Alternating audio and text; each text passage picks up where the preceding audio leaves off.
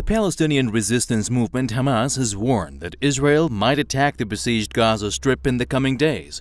Hamas, which controls Gaza, said there is a 95% chance that Israel will launch a war as part of a military exercise. That's according to a report which was quoting sources from various factions in the Gaza Strip, including Hamas leader Yahya Sinwar. The group and other resistance organizations have announced a shift to the highest level of alert and evacuated most of their command echelon from their facilities in Gaza. There has been an element of surprise in Israel's previous wars. It's quite clear that Israel has been ramping up its offensive against Palestinians, both in the West Bank and in Gaza. And at the same time, or maybe because of, the U.S.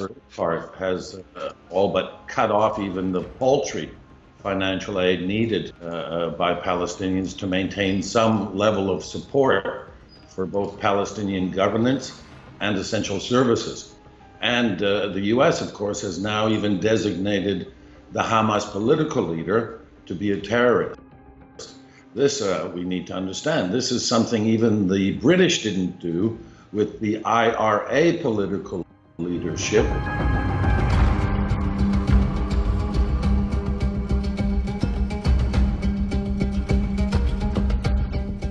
Reports of an emerging Israeli war on Gaza come on the heels of the recent developments surrounding Israel, including the U.S. recognition of Jerusalem Al-Quds as Israel's capital. The U.S. Al-Quds move has drawn worldwide condemnation. Palestinians have held daily protests against the administration of U.S. President Donald Trump over the issue. Israeli forces have cracked down on the protesters and killed a number of them since Trump's announcement of December 6th.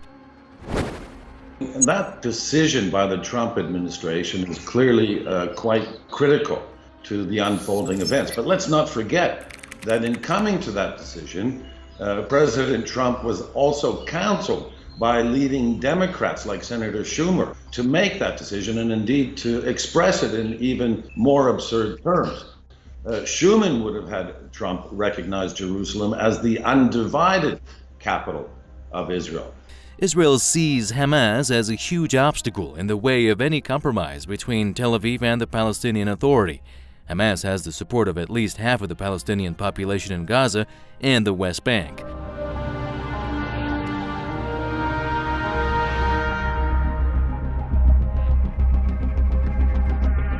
Meanwhile, there are reports Israel is cooperating militarily with countries like Egypt and the UAE, which on the surface sometimes criticize Israel.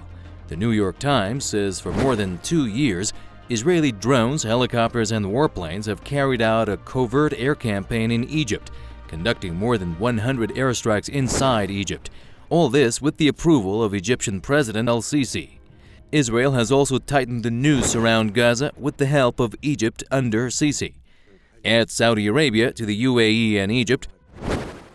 With full support from the United States, the Kingdom of Saudi Arabia, Egypt, as well as the United Arab Emirates, and with Europe doing little more than throwing around mildly critical political rhetoric. Why would the Zionist occupation not now seize the tactical advantage that has been fabricated by this satanic alliance and try and resolve the Palestinian problem once and for all by any available means, including, of course, open, full-scale war? Riyadh has forged a secret alliance with the Israeli regime, which is seen by many among Palestinians and in the wider Muslim world as a stab in the back of world Muslims.